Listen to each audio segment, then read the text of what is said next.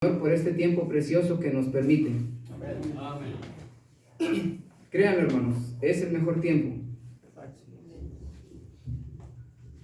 Así es que en esta mañana pues damos la honra a nuestro Señor, porque aquí estamos, hermanos. Amén. Porque Él nos cuida y nos guarda, y porque sabemos que nuestra vida está en sus benditas manos. ¿Cuántos lo creen? Amén. Así es. El Señor tiene todo bajo control y a Él no se le pasa nada. Y ahorita estamos contentos y llenos de gozo porque nos permite reunirnos como iglesia. Los que pueden estar aquí, los que están en su casa, los que no pueden asistir por alguna razón. Pero gracias a Dios porque vivimos en un tiempo donde hay tecnología y eso nos permite estar comunicados.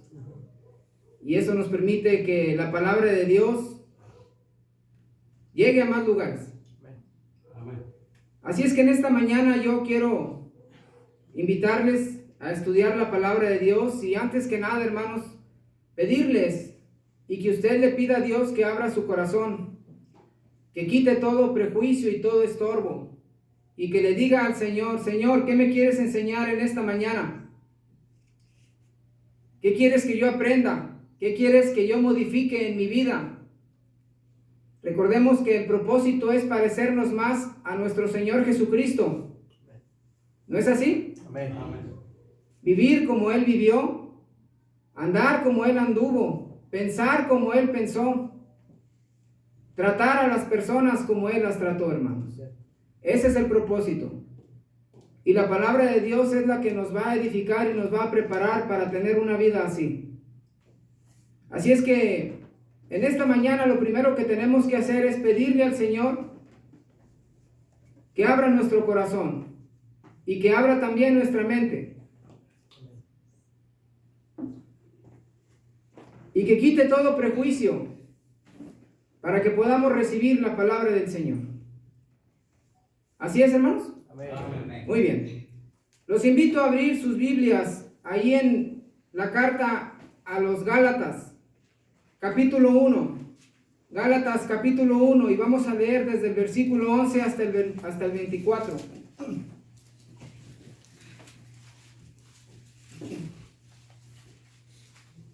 Carta del apóstol Pablo a los hermanos que estaban en Galacia, a los hermanos de la iglesia de Galacia. Capítulo 1, versículo desde el 11 al 24. Voy a leer y le voy a pedir que con su vista me siga, hermanos. Gálatas 1, del 11 al 24. ¿Ya estamos ahí? Amén. Dice así la palabra de Dios. Mas os hago saber, hermanos, que el evangelio anunciado por mí no es según hombre, pues yo ni lo recibí ni lo aprendí de hombre alguno, sino por revelación de Jesucristo. Porque ya habéis oído acerca de mi conducta en otro tiempo en el judaísmo, que perseguía sobremanera a la iglesia de Dios y la asolaba. Qué tremenda confesión de Pablo. Dice el versículo 14: y en el judaísmo aventajaba a muchos de mis contemporáneos en mi nación, siendo mucho más celoso de las tradiciones de mis padres. Pero cuando agradó a Dios, que me apartó desde el vientre de mi madre y me llamó por su gracia, revelar a su Hijo en mí, para que yo le predicase entre los gentiles, no consulté enseguida con carne y sangre, ni subí a Jerusalén a los que eran apóstoles antes que yo, sino que fui a Arabia y volví de nuevo a Damasco. Después, pasados 3 años, subí a Jerusalén para ver a Pedro, y permanecí con él 15 días, pero no vi a ningún otro de los apóstoles, sino a Jacobo, el hermano del Señor. En esto que os escribo, he aquí delante de Dios que no miento. Después fui a las regiones de Siria y de Cilicia, y no era conocido de vista a las iglesias de Judea que eran de Cristo. Solamente oían decir: aquel que en otro tiempo nos perseguía, ahora predica la fe que en otro tiempo asolaba y glorificaban a Dios en mí. Ahora les voy a pedir, hermanos, que lean conmigo nuevamente el versículo 13. El versículo 13 hasta el versículo 15. ¿Estamos ahí, hermanos? Amén. Lo leemos juntos, dice: porque ya habéis oído acerca de mi conducta en otro tiempo en el judaísmo, que perseguía sobremanera a la iglesia de Dios y la asolaba, y en el judaísmo aventajaba a muchos de mis contemporáneos en mi nación, siendo mucho más celoso de las tradiciones de mis padres. Pero cuando agradó a Dios, que me apartó desde el vientre de mi madre y me llamó por su gracia. Gracias, hermanos. ¿Cuántos hijos de Dios hay aquí? Levanten su mano, por favor. Amén. Gracias a Dios. Si estás en tu casa también, si tú eres hijo de Dios, levanta tu mano. No te veo, ¿verdad? Pero nada más para que lo indiques. En estos 13 versículos, hermanos, que acabamos de leer, el apóstol Pablo narra prácticamente toda su vida. Si usted se fija aquí, se dará cuenta que está sintetizada, está comprimida la vida del apóstol Pablo, desde antes de su conversión hasta después de su conversión. Y en esta porción encontramos a dos personajes muy distintos. No sé si usted los detectó. Han de decir, hermano, nada más veo que el apóstol Pablo está hablando de sí mismo, y es correcto. Pero si analizamos bien la porción, encontramos a dos personajes. Y le voy a decir quiénes son. El primer personaje que encontramos se llama Saulo de Tarso. No sé si ya lo encontró. ¿Verdad que sí? Sí. Ahí está. En el versículo 13 y en el 14. Y después el otro personaje que encontramos se llama Pablo. ¿Ya lo encontró? Y lo encontramos en el versículo 15 en adelante. Así que encontramos a dos personajes muy distintos, muy diferentes, de polos opuestos: Saulo de Tarso y el apóstol Pablo. Aunque es la misma persona, pero son dos personalidades diferentes, dos seres diferentes, hermanos. Ahora, quiero estudiar y quiero que usted estudie conmigo a los dos personajes, y vamos a comenzar con el primero. El primero, que se llamaba Saulo de Tarso, era el nombre antiguo del apóstol Pablo. Ese era su nombre como le conocían, Saulo de Tarso, porque es la ciudad donde nació, una ciudad que está en lo que hoy conocemos como Turquía. Ahí nació el apóstol, ahí nació Saulo, ¿no? Lo que después conocimos como el apóstol Pablo. Pero vamos a ver quién era Saulo de Tarso. Así es que, sin perder la carta de Gálatas, le voy a pedir que por favor nos vayamos a la carta a los Filipenses, capítulo 3. Filipenses, capítulo 3. Ahí está adelantito. Vamos a ver quién era Saulo de Tarso, el primer personaje que encontramos en esta porción.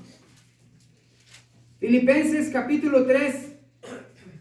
Y vamos a leer del versículo 4 al 6. Lo vamos a leer unidos, hermanos. Filipenses 3, del 4 al 6. Está hablando Pablo. Está hablando de cuando él era Saulo de Tarso. ¿Ya estamos ahí? Del 4 al 6. Todos unidos. Dice el 4.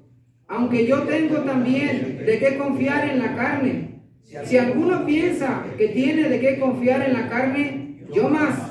Circuncidado al 8º día, del linaje de Israel, de la tribu de Benjamín, hebreo de hebreos, en cuanto a la ley, fariseo, en cuanto a celo, perseguidor de la iglesia, en cuanto a la justicia que es en la ley, irreprensible. Pero hasta ahí, hermanos, hasta ahí está bien, ¿sí?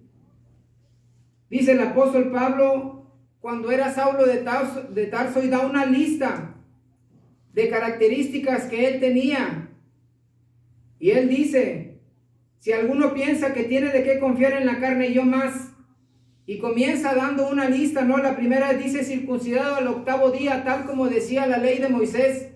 que el niño tenía que ser llevado a la circuncisión al 8º día. Y así fue como le pasó al apóstol Pablo, con unos padres judíos, con unos padres celosos de la ley que lo instruyeron y que lo llevaron a estudiar bajo los pies de un gran maestro llamado Gamaliel. Así es que, ¿quién era Saulo de Tarso? Saulo de Tarso era un israelita criado y enseñado en el judaísmo y celoso de sus tradiciones.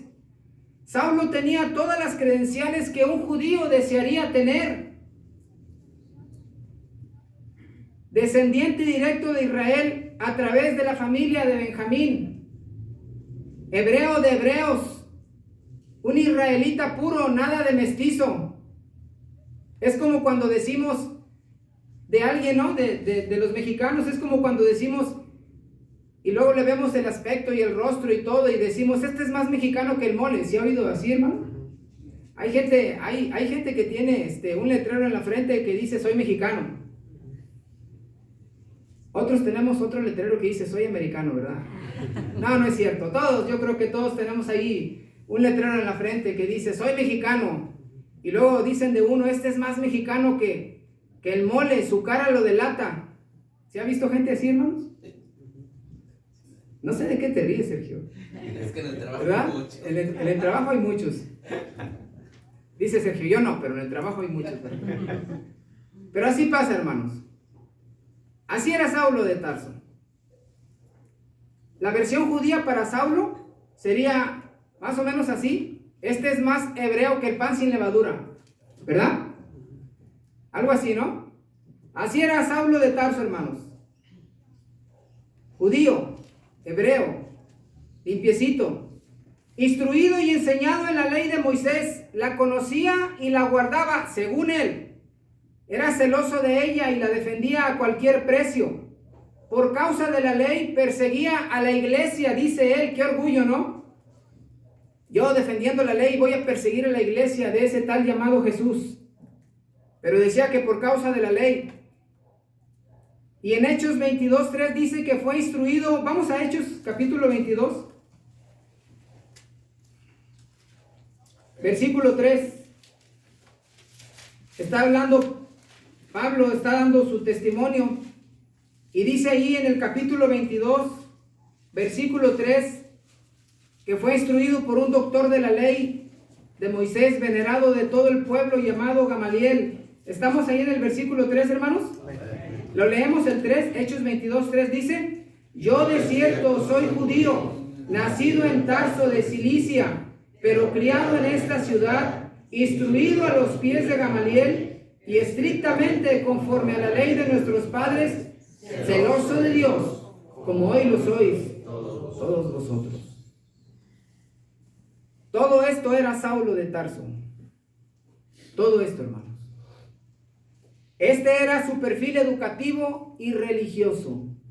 Y se sentía muy orgulloso. Yo no sé cuántos antes de conocer a Cristo se sentían orgullosos de todo lo que sabían y de lo que eran. Hablando en el sentido religioso. Pues el apóstol o Saulo de Tarso así se sentía. Ahora, una pregunta, hermanos, pero todo este conocimiento, todo esto que era Pablo, era Saulo de Tarso. Todas estas credenciales que él portaba, ¿para qué las usó? ¿Para qué le sirvieron a Saulo de Tarso toda esta lista y esta presentación que él nos da y todo lo que él era antes de conocer al Señor? ¿Para qué lo usó? Vamos a regresar a Gálatas capítulo 1, donde estábamos hace un ratito. Gálatas capítulo 1.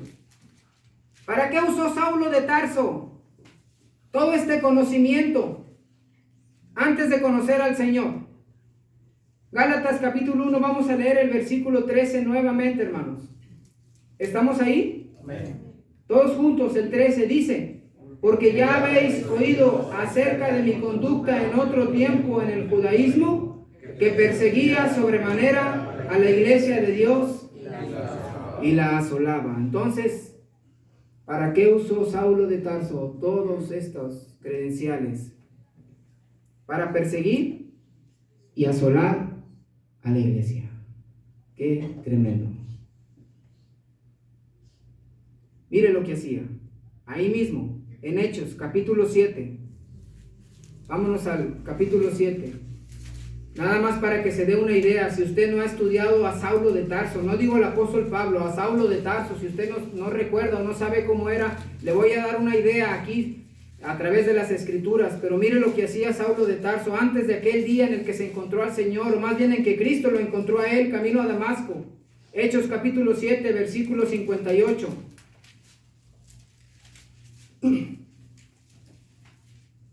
Estamos ahí en Hechos, permítanme, hermanos.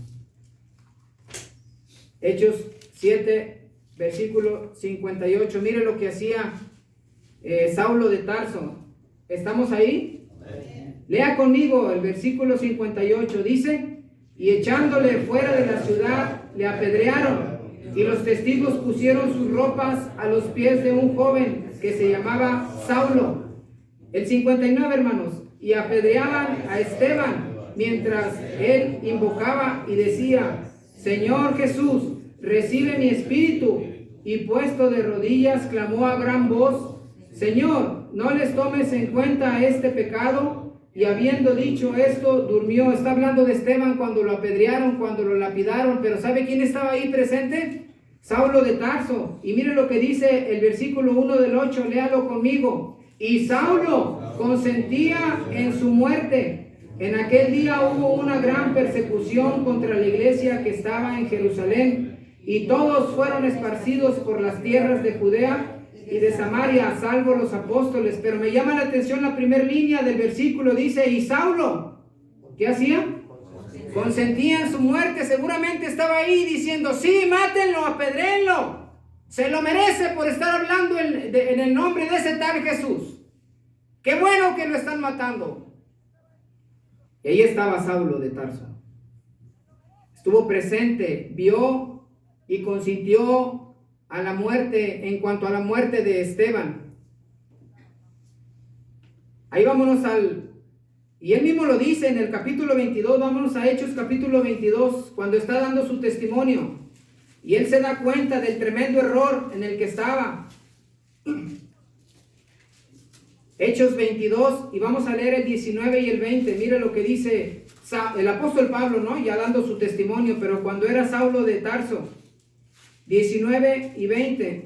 Hechos 22, 19 y 20. ¿Ya estamos ahí? Lo leemos, dice: yo dije: Señor, ellos saben que yo encarcelaba y azotaba en todas las sinagogas a los que creían en ti, y cuando se derramaba la sangre de Esteban, tu testigo, yo mismo también estaba presente y consentía en su muerte y guardaba las ropas de los que le mataban. Está hablando con el Señor Jesucristo, el apóstol Pablo, en ese tiempo cuando fue rescatado, y le dice y le confiesa: Señor, yo mismo estaba presente cuando mataron a tu siervo Esteban y consentía en su muerte. Vámonos a Hechos capítulo 8. Bueno, ya lo leímos, ¿no? Pero vamos a leer el 22. El 22, ahí donde estábamos, hermanos. Él era cómplice de asesinato y de una manera tirana y arbitraria se metía a las casas de los creyentes y los sacaba a rastras para entregarlos a la cárcel. Quizás, acusándolos quizás de blasfemos, hermanos. Vamos a 22, versículo 4, Hechos 22, versículo 4. ¿Ya estamos ahí, hermanos? Lo leemos, dice: perseguía yo este camino hasta la muerte, prendiendo y entregando en cárceles a hombres y mujeres. Eso era lo que hacía Saulo de Tarso, perseguía a la iglesia. Y dice hasta la muerte, no le importaba si perdía su vida, no le importaba si en eso lo mataba a alguien. Él lo que quería era prender a aquellos que estaban reunidos en el nombre de Jesucristo. Vámonos al 26, más adelantito. Estamos viendo quién era Saulo de Tarso para que tenga una idea. Hechos capítulo 26, versículos del 9 al 11. 26 del 9 al 11. ¿Ya estamos ahí, hermanos? Lo leemos unidos. Dice: yo ciertamente había creído mi deber hacer muchas cosas contra el nombre de Jesús de Nazaret, lo cual también hice en Jerusalén. Yo encerré en cárceles a muchos de los santos, habiendo recibido poderes de los principales sacerdotes, y cuando los mataron, yo di mi voto, y muchas veces castigándolos en todas las sinagogas, los forcé a blasfemar, y enfurecido sobremanera contra ellos, los perseguí hasta en las ciudades extranjeras. ¡Qué tremenda cosa hacía Saulo de Tarso! Inducido por los demonios, estaba detrás cazando a todos los creyentes, a todos los cristianos. Por causa de Saulo, muchos creyentes fueron asesinados. Se metía hasta las casas, hasta las sinagogas donde algunos de ellos predicaban. Y escuche esto, les obligaba a blasfemar el nombre de Jesús. Y seguramente por causa de Saulo, muchos creyentes débiles blasfemaron el nombre de Cristo. Esto me recuerda a Satanás cuando le dijo a Dios acerca de Job, ¿se acuerda? Cuando el propósito de Satanás era que Job blasfemara el nombre de Dios. Y Satanás le dice, ¿no le ha acercado a él, a su casa y a todo lo que tiene? Extiende ahora tu mano y toca todo lo que tiene, y verás si no blasfema contra ti en tu misma presencia. Eso le dijo Job a Dios. Eso le dijo Satanás, a Dios acerca de Job. El propósito del diablo, hermanos, es que cada creyente, es que cada hijo de Dios haga cosas que blasfemen el nombre de Dios. Tengamos mucho cuidado. A veces sin darnos cuenta, el nombre de Dios se blasfema por nuestra causa, con nuestra actitud, con nuestro proceder, con nuestras acciones. Tengamos mucho cuidado, hermanos. Saulo, incitado por el diablo, obligaba a los creyentes a blasfemar el nombre de Cristo. Vamos a 1 Timoteo capítulo 1.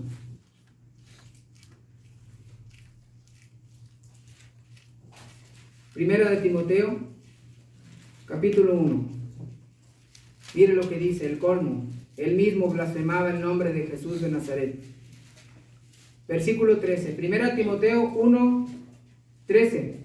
¿Estamos ahí, hermanos? Amén. Lo leemos unidos, dice: habiendo yo sido antes blasfemo, perseguidor e injuriador, mas fui recibido a misericordia, porque lo hice por ignorancia en incredulidad. Pero aquí el apóstol Pablo está confesando que él había sido antes blasfemo, perseguidor e injuriador. Él mismo blasfemaba el nombre de Cristo, hermanos. Perseguía a sus seguidores y les injuriaba. Es decir, les maldecía y les ofendía con palabras ofensivas. Y él mismo lo está reconociendo. Todo esto era Saulo de Tarso. Todo esto. Y cuando estaba frente al rey Agripa, le dijo, vamos ahí a Hechos capítulo 26. Hechos capítulo 26. Y vea lo que él dice. Hechos 26, 9. Hechos capítulo 26, versículo 9. Está delante del rey Agripa y está dando su testimonio. Y miren lo que concluye. Ya siendo Pablo, el apóstol Pablo, ya siendo hijo de Dios. Versículo 9. ¿Estamos ahí, hermanos? Lo leemos unidos. Dice: yo ciertamente había creído mi deber hacer muchas cosas contra el nombre de Jesús de Nazaret. Y comienza, ¿no?, con la lista.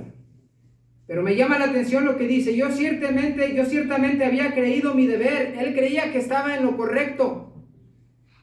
Él creía que era lo que tenía que hacer. Él se había trazado un camino que creía era el adecuado y el correcto, pero estaba equivocado. Lo que no se había dado cuenta es que estaba tramando contra la iglesia, hermanos. Y eso es algo muy delicado. Cuidado cuando alguien trama contra la iglesia. Cuidado cuando alguien trama, llámese contra el pastor, contra los diáconos, contra los maestros, contra todo lo que tenga que ver con la iglesia de Dios. Cuidado, hermano, tengamos cuidado. Porque no nos damos cuenta y estamos siendo incitados por los demonios, como lo estaba siendo incitado el Saulo de Tarso.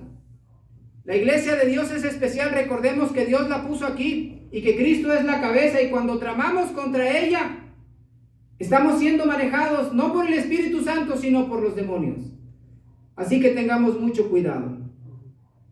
Entonces todo esto era Saulo de Tarso.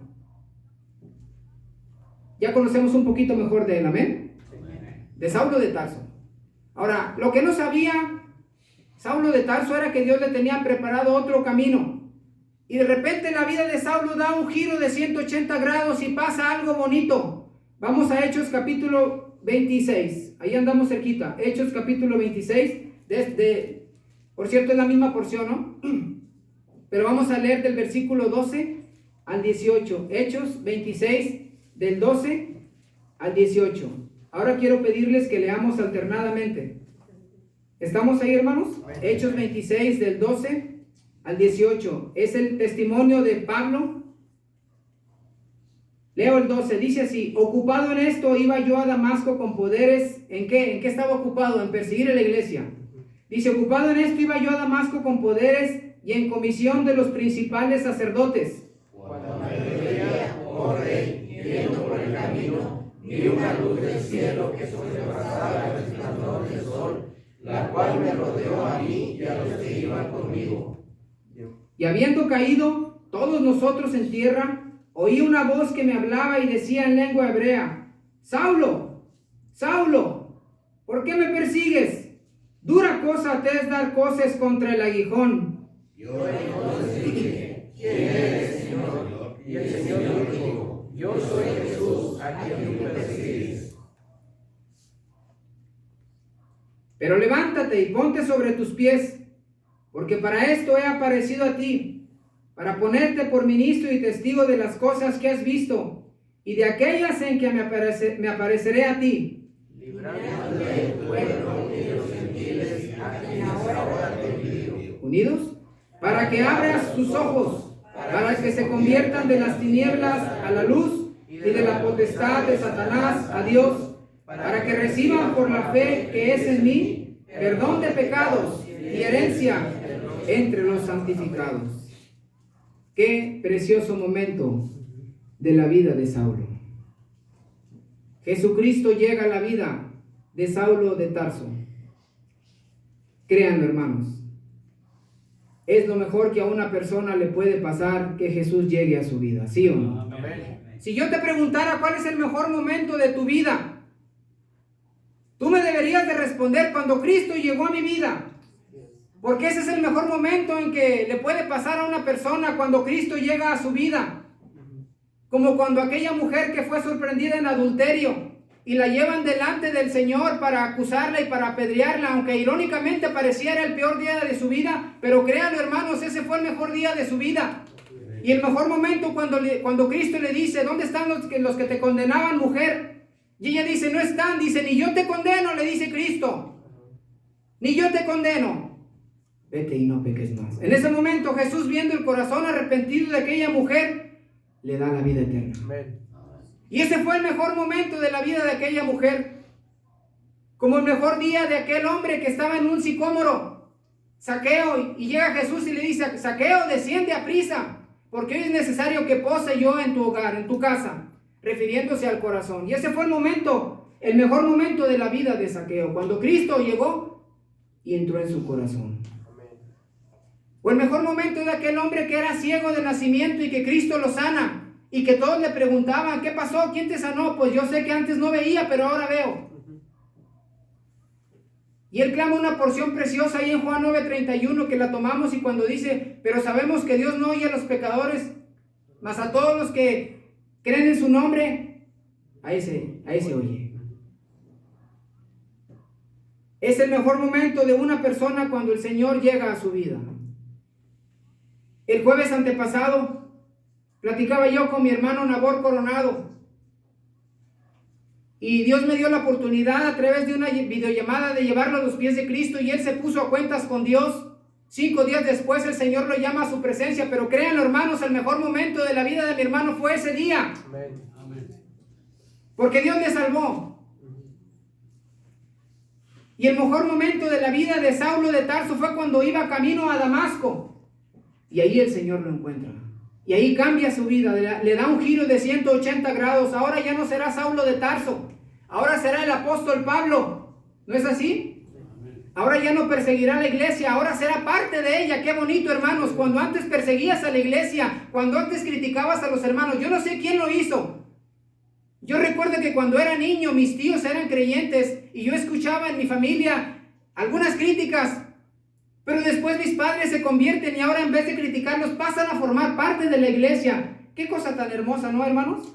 Amén. Así el apóstol Pablo, ahora ya no perseguirá a la iglesia, ahora será parte de ella. Ahora ya no tratará de callar la doctrina de los apóstoles, ahora él mismo la proclamará por todas partes.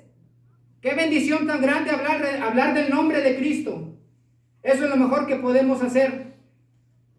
Ahora ya no arrastrará a los creyentes a Jesús, como cuando los tomaba a las mujeres de los cabellos y las arrastraba sacándolas de sus casas. Ahora ya no hará eso, ahora ganará personas para ser los creyentes de Jesús. Y eso fue lo que hizo el apóstol Pablo. Y como leímos, para que se conviertan de las tinieblas a la luz y de la potestad de Satanás a Dios. Esto es lo que va a hacer ahora el apóstol Pablo. Y esto es lo mejor que le puede pasar a una persona, hermanos. Así es que dale gracias a Dios porque eres su hijo, porque eres su hija. Y estás en este mundo para glorificarle, pero también para llevar su nombre. Que no se te olvide. No lo olvides. Tienes que llevar el nombre de Cristo por todas partes, hermano. Lo mejor que una persona puede hacer es servir a Dios y predicar su nombre. Ya hablamos de Saulo de Tarso. Ahora vamos a hablar del apóstol Pablo. Lo que llama mi atención, hermanos, y la manera de cómo se expresa Pablo cuando Jesús llega a su vida y la cambia por completo es cuando dice lo siguiente. Y vamos a regresar a Gálatas capítulo 1. Gálatas capítulo 1.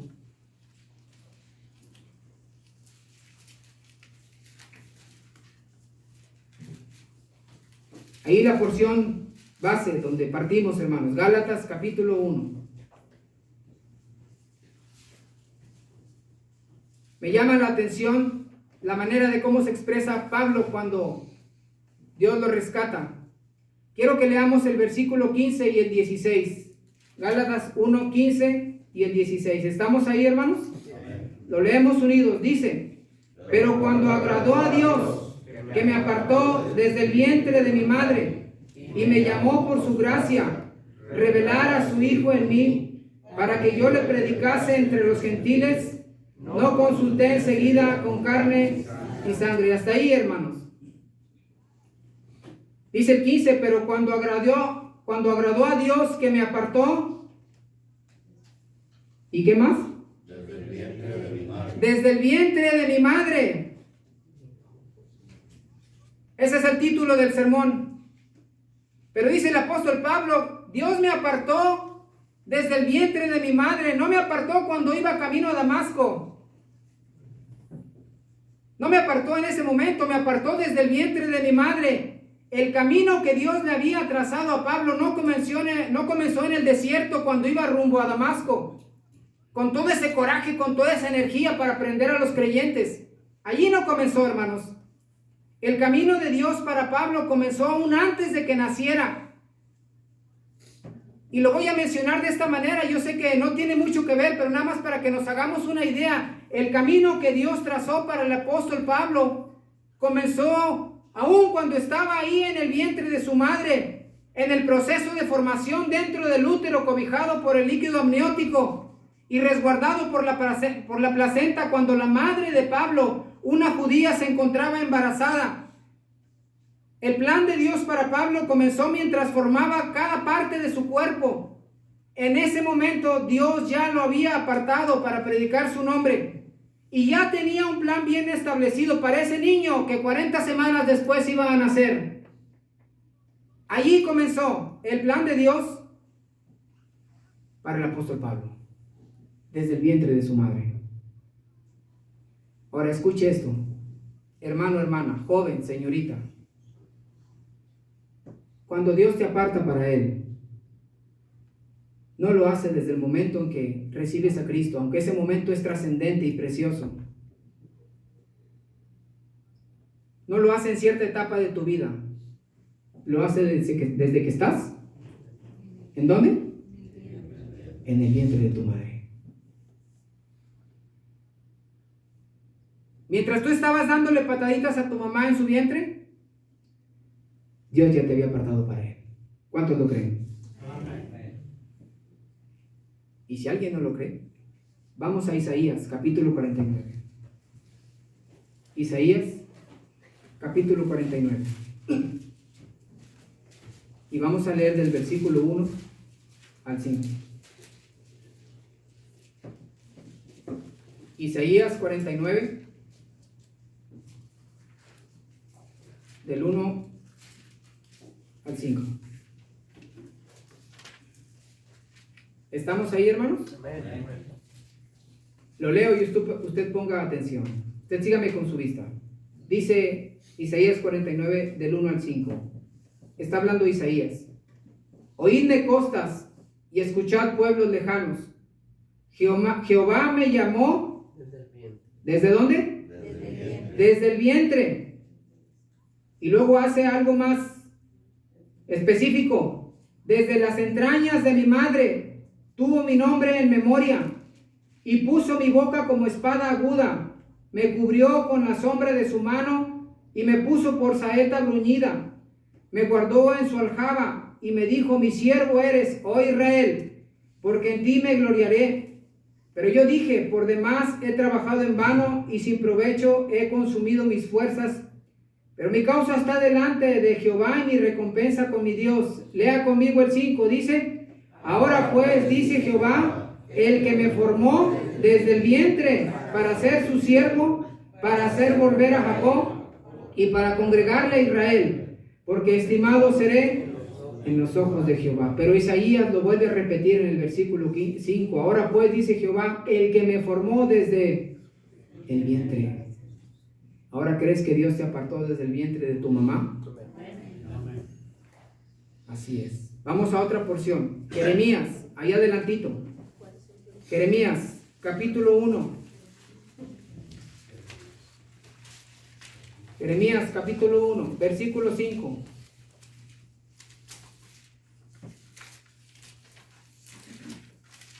Mire lo que dice el profeta Jeremías. Es una porción conocida que quizás muchos se la saben de memoria, pero quiero que la leamos. Jeremías 1, 5. ¿Estamos ahí? Lo leemos todos unidos, es un solo versículo. Dice: antes que te formase en el vientre te conocí, y antes que nacieses te santifiqué, te di por profeta a las naciones. Hasta ahí, hermanos. Qué tremenda revelación de Dios a Jeremías. Antes que te formase en el vientre de tu madre, yo te conocí. Y antes que nacieses, desde antes de que Jeremías viera la luz de este mundo, Dios ya lo había apartado para él. Dice: antes que nacieses te santifiqué, te di por profeta a las naciones. Y David en el Salmo 139, no lo busquemos, pero recordemos lo que él escribe y dice: mi embrión vieron tus ojos. Y luego fueron formadas todas las cosas que estaban escritas en tu libro. Dice David, ahí en el Salmo 139, reconoce que desde que estaba en el vientre de su madre, allí estaba Dios con él. El apóstol Pablo reconoce que Dios lo apartó para él desde que estaba en el vientre de su madre, pero él se había apartado para algo que él creía era lo correcto. Hermanos, ahora creemos que Dios nos apartó desde el vientre de nuestra madre. Yo recuerdo cuando mi mamá me platicó cómo nací. Dice que yo iba a nacer cuando ella estaba a punto de dar a luz, que yo iba a nacer en la clínica, no sé qué número es, el hospital de zona. 21, ¿verdad? Ahora es trauma, pero antes era de todo, ¿no? También era maternidad y toda la cosa. Hace como 20 años cuando nací. Hace 53 ya. Pero ahí iban a nacer, me platicó mi madre y me dice: las cosas se pusieron difíciles y ya saben cómo es el seguro, ¿no? Que atienden bien rápido. Bueno, no la atendían rápido, entonces se la llevaron a una clínica que se llamaba Clínica Dolores, que estaba en la Independencia. Dicen que aún existe, no lo sé. Y ahí nací. Pero cuando recuerdo las palabras de mi mamá y me dice: tú no podías nacer, vaya, pero naciste ahí en la Clínica Dolores, así es que yo, como dice el regio, ¿no? Tengo orgullo de ser del norte, del mero San Luisito, ¿verdad? Pero ahí nací. Pero yo medito, hermanos, con lo que estamos hablando y me doy cuenta que en ese momento en que mi mamá estaba batallando, Dios ya me había apartado. Y a ti también. No sé si tu madre te contó alguna vez cómo naciste. Seguramente yo creo que sí, ¿no? Las mamás siempre le platican a los hijos, mira, tú naciste así, y así estuvo la cosa, y te batallé, y lloraste. Yo muchas veces les he platicado a mis hijos cómo nacieron. Yo no los tuve, no, los tuve a mi esposa, pero yo les he platicado y mi esposa también les ha platicado. Entonces todos tenemos una idea de cómo llegamos a este mundo, hermanos. Así es que yo le invito a que piense que cuando estabas ahí en el vientre de tu madre, Dios ya te había apartado. ¿Lo crees? Amén. Así es, hermano. Así es. Cuando Dios te aparta para Él, no lo hace en cierta etapa de su vida. Lo hace desde que estás en el vientre de tu madre. El apóstol Pablo reconoció que Dios había tenido un camino para él establecido cuando estaba ahí en el vientre de aquella mujer judía. Pero él se había apartado de algo que él creía que era lo correcto. Al principio pregunté, ¿cuántos de los que están aquí son hijos de Dios? Y pues la mayoría levantó su mano, ¿no? Déjame decirte lo siguiente. Dios tiene trazado un camino para tu vida. Y lo trazó cuando estabas ahí en el periodo de las 40 semanas. Ahí lo trazó. Créelo. Créelo.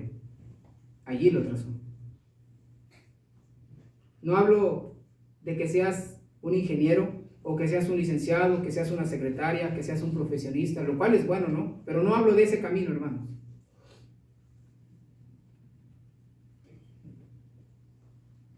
Hablo de un camino espiritual que tiene que ver con su reino. Hablo de un camino que tiene que ver con servir y glorificar a Dios. Ese camino es el que Dios trazó ahí en tu vida. No importa si no eres nadie en esta vida. No importa si no trasciendes en los estudios, o si no trasciendes económicamente, o si no trasciendes socialmente, no importa. Sabe que Dios trazó un camino para ti, un camino espiritual para tu vida. No importa si te vas de este mundo y no dejas herencia, no dejas a nadie nada, no importa. Pero Dios sabe que Dios trazó un camino espiritual para tu vida, para que tú lo cumplas, para que tú lo lleves a cabo. La pregunta es, ¿estoy en ese camino o ya me aparté como Saulo de Tarso, creyendo que estoy en lo correcto? Ese camino no comenzó cuando hiciste aquella oración de arrepentimiento y perdón de pecados, lo cual fue bonito, ¿no? Porque ahí Dios dio un cambio a tu vida, dio un giro de 180 grados, pero ahí no comenzó tu camino que Dios había trazado. El camino de Dios para tu vida comenzó desde que estabas en el vientre de tu madre. Comenzó desde que estabas en ese proceso de formación, aún cuando tu madre estaba en esa etapa preciosa del embarazo. Escucha bien, en ese momento Dios ya te había apartado para Él. Y ya tenía un camino trazado para servirle, para trazar, para glorificar su nombre. Y no es un juego, hermanos, esto es verdad, lo acabamos de leer en la palabra de Dios. Y si está en la palabra de Dios es verdad. A Jeremías, cuando le dice, antes que te formase en el vientre te conocí, y antes que nacieses te santifiqué, te di por profeta a las naciones. Mire, lo que le está diciendo a Jeremías, se lo voy a parafrasear, qué tremenda revelación. Le dice, Jeremías, escucha bien lo que voy a decir, para que entienda la seriedad y el compromiso para conmigo. Antes que te formase en el vientre de tu madre, yo ya te conocía, Jeremías. Yo ya conocía tu carácter, yo ya conocía tus virtudes, conocía tus temores, Jeremías, conocía tus debilidades, conocía tus miedos, conocía tus defectos como humano. Aún conocía el aspecto físico que te iba a dar, conocía el color de tus ojos, el color de tu cabello, todo lo conocía, Jeremías, y conocía el camino que yo te iba a trazar. Y antes que tu madre te diera a luz, Jeremías, te santifiqué, es decir, te aparté para mí, para que hablaras mi nombre a las naciones. Eso fue lo que Dios le dijo a Jeremías. Y eso es lo que Dios nos dice el día de hoy. ¿Cuántos lo creen? Amén. Qué tremenda revelación, cuánta responsabilidad para Jeremías con estas palabras. Pero a la vez qué gozo el saber que fue objeto del amor de Dios. Si tú eres hijo o hija de Dios, sabe que Dios te apartó desde el vientre de tu madre. No importan las condiciones en que naciste. No importan las circunstancias. Hay circunstancias tan adversas de algunos nacimientos que la gente piensa que fueron casualidad o que la gente piensa que fueron accidente. Si tú piensas que tus padres te tuvieron por accidente, Dios no. Si tú piensas que a tus padres les falló la cuenta, a Dios no. Un día una hermana me dijo, cuando yo estaba en el vientre de mi madre, me lo platicó mi mamá. Tuvo una discusión con mi papá. Y mi papá empezó a golpearla y la golpeaba en el vientre para que abortara. Pero bendito sea Dios que aquí estoy.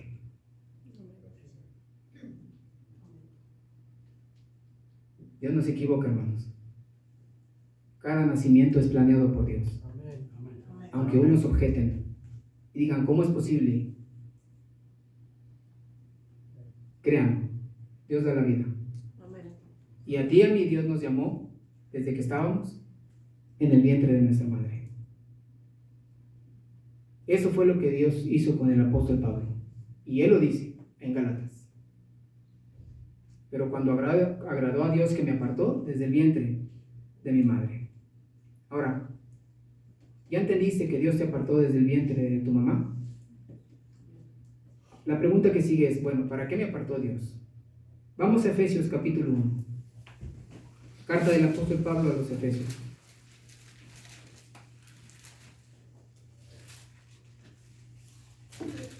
Efesios capítulo 1. Y vamos a leer del versículo 4 al 6. Carta de Pablo a los hermanos en Éfeso. Capítulo 1 del 4 al 6. ¿Estamos ahí, hermanos? Leemos todos juntos estos versículos.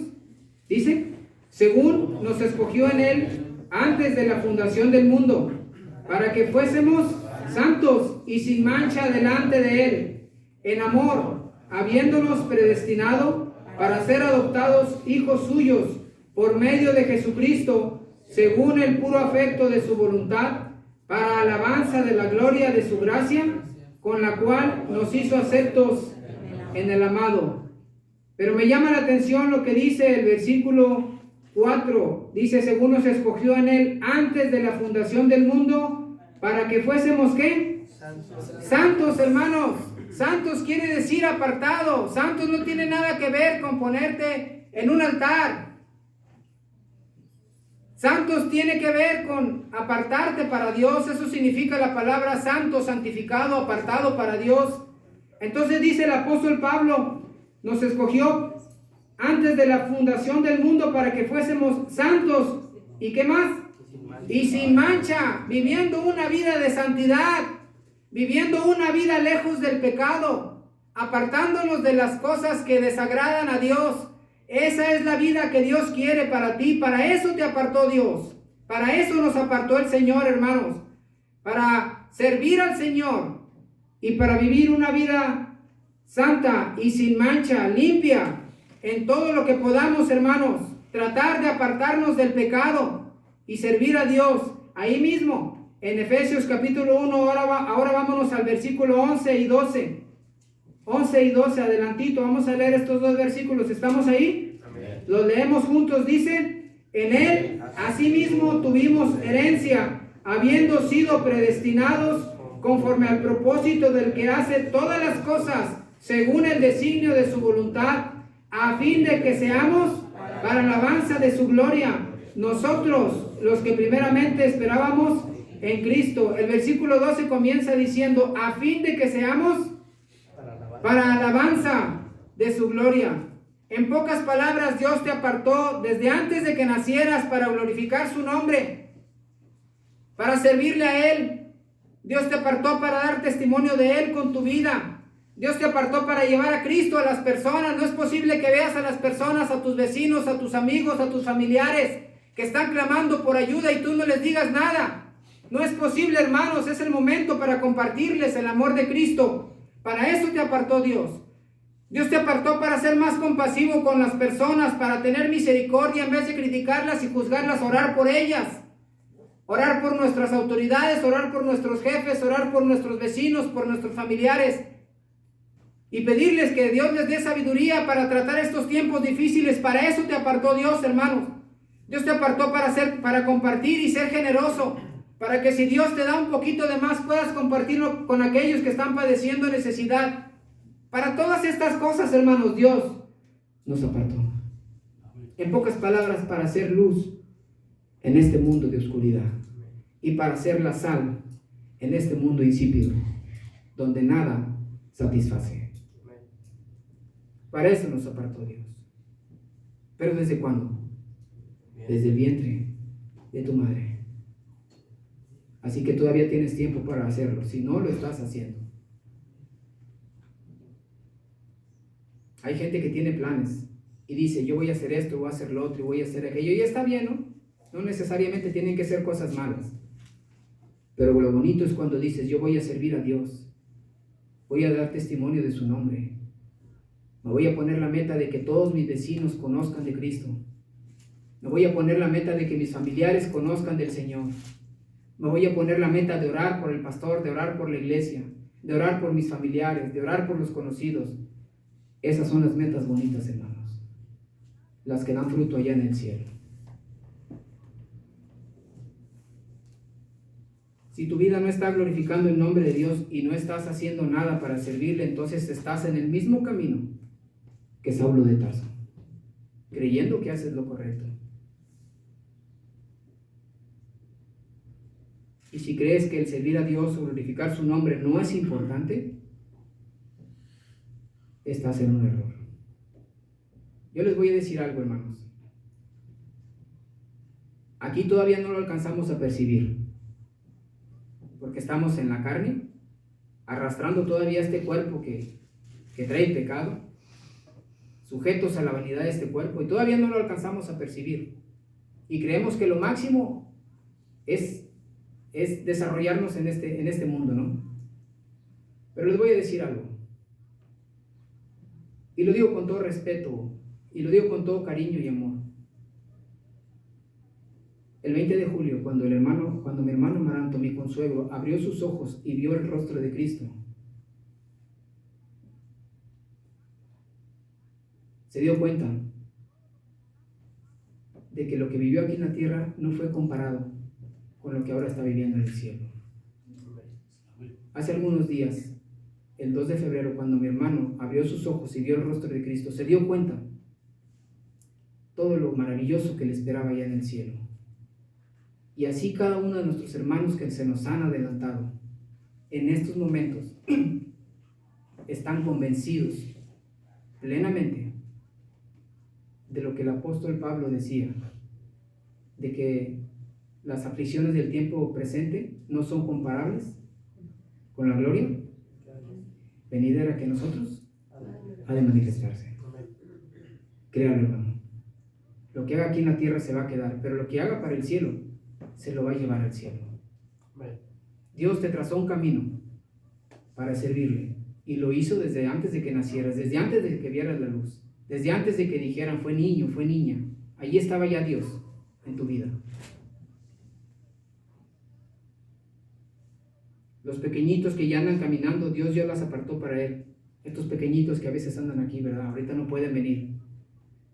Ya están apartados para Dios. Padres, tengan mucho cuidado de guiarlos en ese camino que Dios les tiene preparado.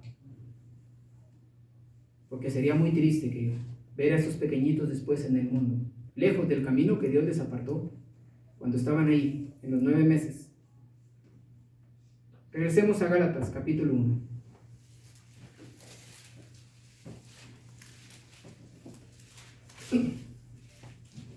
Y vamos a volver a leer el versículo 15 y el 16. Gálatas 1, 15 y 16. ¿Lo tenemos, hermanos?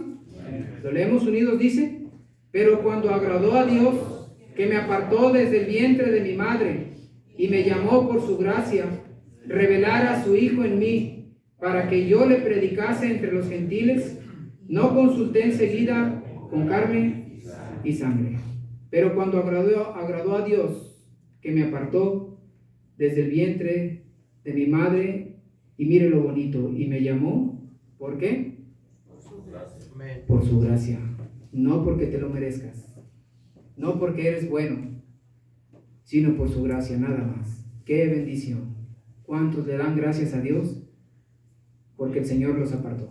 Amén. Amén. Yo le doy gracias a Dios también, porque mi madre me tuvo, ahí en la Independencia, no le hace, pero me tuvo, y nací.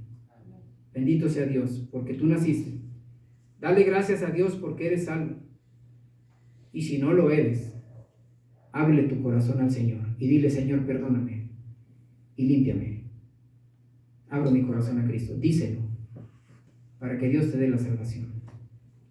Dale gracias a Dios porque eres salvo, porque eres su hijo, y la mayor razón por la que estás en este mundo no es tanto para que hagas una carrera, lo cual es buena, no es tanto para que construyas una enorme casa, que está bien, si la tienes, qué bueno, Dios te la da, dale gracias, ¿no? No es tanto para que trasciendas socialmente, si lo haces, qué bueno, y aprovecha eso para llevar el nombre de Cristo. O para que tengas un buen empleo, que al final de cuentas Dios te lo da, una buena casa, un buen auto, qué bueno si lo tienes, todo eso es bueno, no digo que es malo. Pero la razón por la que Dios te permitió nacer y vivir es para que glorifiques su nombre con tu vida y le sirvas. Amén. Para eso te apartó el Señor. Para eso te apartó Dios. Para que glorifiques su nombre con tu vida y te pongas a disposición de Él y le sirvas. Y le digas como el apóstol Pablo: heme aquí. Aquí estoy. ¿Estamos convencidos, hermanos? Vamos a orar. Señor bendito que estás en el cielo, te damos muchas gracias por tu palabra. Te damos muchas gracias por el testimonio del apóstol Pablo. Te damos gracias porque podemos ver las 2 etapas de su vida, cuando estaba lejos de ti, creyendo que te servía, haciendo lo incorrecto. Y es una imagen de lo que éramos nosotros antes de conocerte, haciendo cosas que creíamos era lo correcto, viviendo una vida disipada, pensando que tú eres bueno y que al final de cuentas nos ibas a perdonar de manera automática. Pero también te damos gracias porque tú llamaste al apóstol Pablo aquel día cuando iba a Damasco, y a partir de ahí comenzó una nueva vida en ti, Señor. Y es la misma vida que tú quieres que vivamos. A veces creemos, Señor, que estamos en esta vida solamente para vivir, pero tú nos dices en tu palabra que tú nos has puesto con un propósito, el de honrar tu nombre, el de glorificar tu nombre, el de servirte, porque la iglesia es el reino de Dios en este mundo. Tú la has puesto aquí como luz en medio de la oscuridad, y a lo mejor no hemos estado haciendo lo que deberíamos de hacer, el servirte de una manera completa, el glorificar tu nombre, el darte a conocer a través de nuestra boca, de nuestro testimonio a los demás.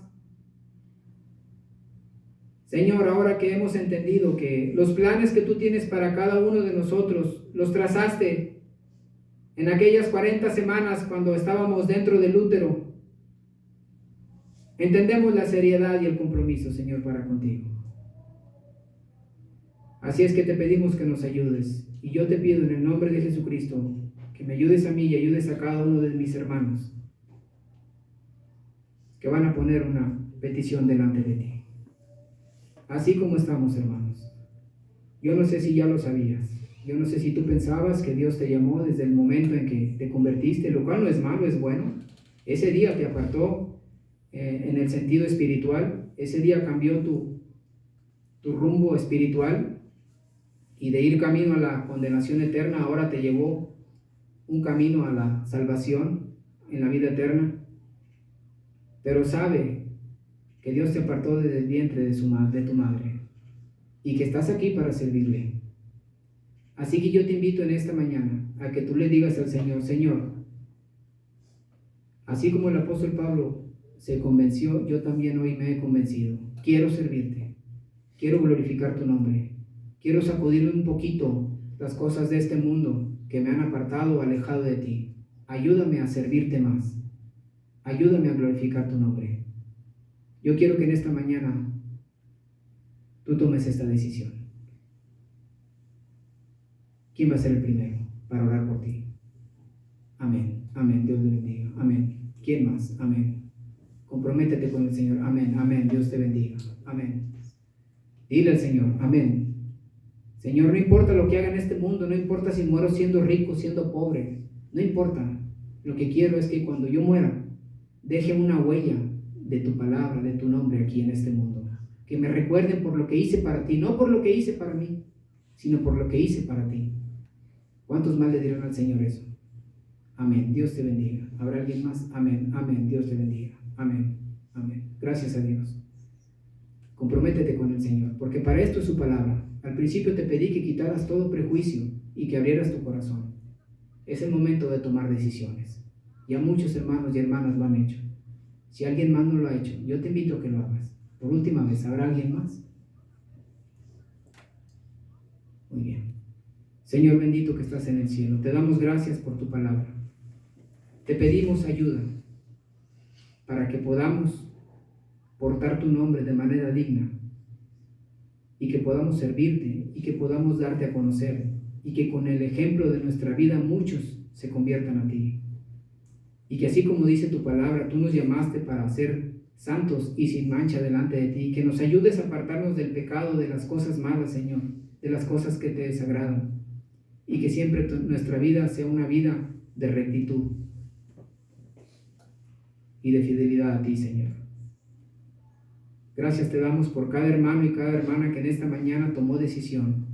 Tú sabes quiénes son. Tómalos, Señor. Ayúdales a cada uno. Dales fuerzas porque van a batallar. Dales buen ánimo, Señor, porque el enemigo va a empezar a trabajar. Pero pon en ellos esa decisión firme. Afírmala en su corazón. Y que recuerden lo que escucharon hoy a través de tu palabra. Te damos la honra y la gloria porque tú te la mereces. Te damos gracias por todo. En el nombre bendito de Jesucristo. Amén. Gracias, hermano. Dios les bendiga.